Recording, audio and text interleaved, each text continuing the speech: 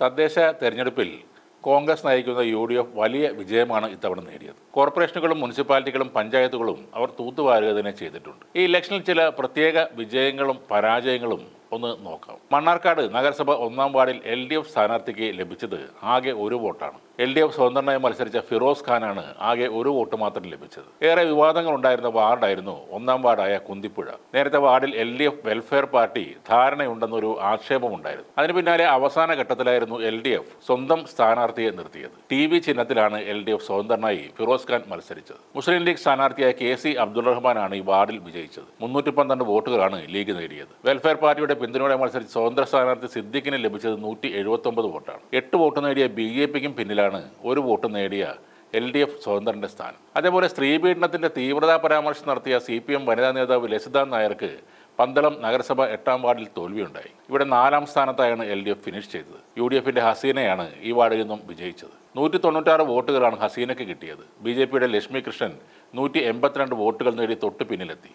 SDPIയുടെ തസ്നിയ ഹുസൈൻ 181 വോട്ടുകൾ നേടി. 4-ാം സ്ഥാനത്താണ് 138 വോട്ടുകളുമായി ലസിത നായർ ഫിനിഷ് ചെയ്തത്. കോൺഗ്രസ് MLA രാഹുൽ മാങ്കൂട്ടത്തിൽ നടത്തിയത് അതിതീവ്രമായ പീഡനമെന്നും മുകേഷ് MLA നടത്തിയത് തീവ്രത കുറഞ്ഞ പീഡനം എന്നുമായിരുന്നു ലസിത നായരുടെ വിവാദ പരാമർശം. ഒരു കാലത്ത് കേരളത്തിൽ വാർത്തകളിൽ നിറഞ്ഞുനിന്ന സോഷ്യൽ മീഡിയയിൽ ഒരുപാട് ഫാൻ ഗ്രൂപ്പുകൾ ഉണ്ടായിരുന്ന റോബിൻ ഗിരീഷ് ഈ ഇലക്ഷനിൽ തോറ്റിട്ടുണ്ട്. മോട്ടോർ വാഹന വകുപ്പുമായി നിയമപോരാട്ടം നടത്തി വാർത്തകളിൽ ഇടം നേടിയ റോബിൻ ബസ് ഉടമ എന്ന് അവകാശപ്പെടുന്ന ബേബി ഗിരീഷ് തദ്ദേശ തെരഞ്ഞെടുപ്പിൽ പരാജയപ്പെട്ടു. കോട്ടയം മേലുകാവ് പഞ്ചായത്തിലെ ഇടമറുക് 8-ാം വാർഡിൽ സ്വതന്ത്ര സ്ഥാനാർത്ഥിയായാണ് അദ്ദേഹം മത്സരിച്ചത്. LDF സ്ഥാനാർത്ഥി ജെറ്റോ ജോസാണ് 8-ാം വാർഡിൽ വിജയിച്ചത്. പോസ്റ്ററുകളും ഫ്ലെക്സും ഒഴിവാക്കി ഡിജിറ്റൽ പ്രചാരണം മാത്രമേ നടത്തുകയുള്ളൂ എന്ന് പറഞ്ഞായിരുന്നു ഗിരീഷ് മത്സരിക്കാൻ ഇറങ്ങിയത്. വാർഡിൽ ഉള്ളവർക്ക് എല്ലാവർക്കും തന്നെ അറിയാമെന്ന ആത്മവിശ്വാസത്തിലായിരുന്നു റോബിൻ തെരഞ്ഞെടുപ്പിനെ നേരിട്ടത്. എന്നാൽ ഗിരീഷ് ഏട്ടന് വെറും 73 വോട്ടുകൾ മാത്രമേ കിട്ടിയുള്ളൂ. ഇതാണ് ഇലക്ഷൻ കമ്മീഷന്റെ വെബ്സൈറ്റിൽ കാണിക്കുന്നത്. കഴിഞ്ഞ ഇലക്ഷനിൽ അതായത് 2020 LDF സ്ഥാനാർത്ഥിയെ 0 വോട്ടിൽ ഒതുക്കി നിർത്തിക്കൊണ്ട്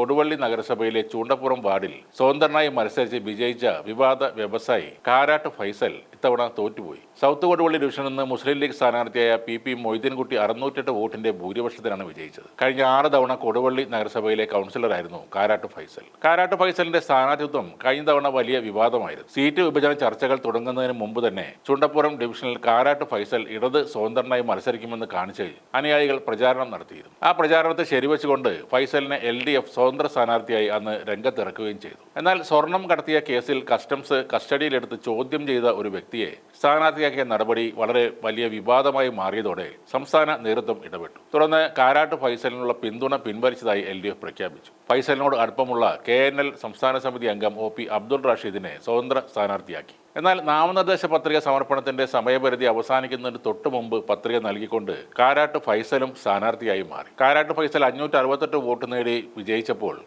തങ്ങളുടെ സ്വതന്ത്ര സ്ഥാനാർത്ഥിയെന്ന് LDF അവകാശപ്പെട്ട അബ്ദുൾ റഷീദിനെ ഒരു CPM കാരൻ പോലും വോട്ട് ചെയ്തില്ല. 0 വോട്ടാണ് LDF സ്വതന്ത്രൻ അന്ന് കിട്ടിയത്.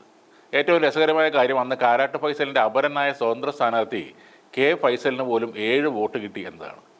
അതോടെ CPM ചൂണ്ടപ്പുറം ബ്രാഞ്ച് കമ്മിറ്റി പിരിച്ചുവിടുകയും ചെയ്തിരുന്നു. എന്തായാലും ഇത്തവണ അങ്ങനെ പ്രശ്നങ്ങൾ ഒന്നും ഉണ്ടായില്ല. കാരാട്ട് ഫൈസൽ നല്ല ഭൂരിപക്ഷം വഴങ്ങിക്കൊണ്ട് തന്നെയാണ് ലീഗിൻ്റെ സ്ഥാനാർത്ഥിയോട് തോറ്റിരിക്കുന്നത്.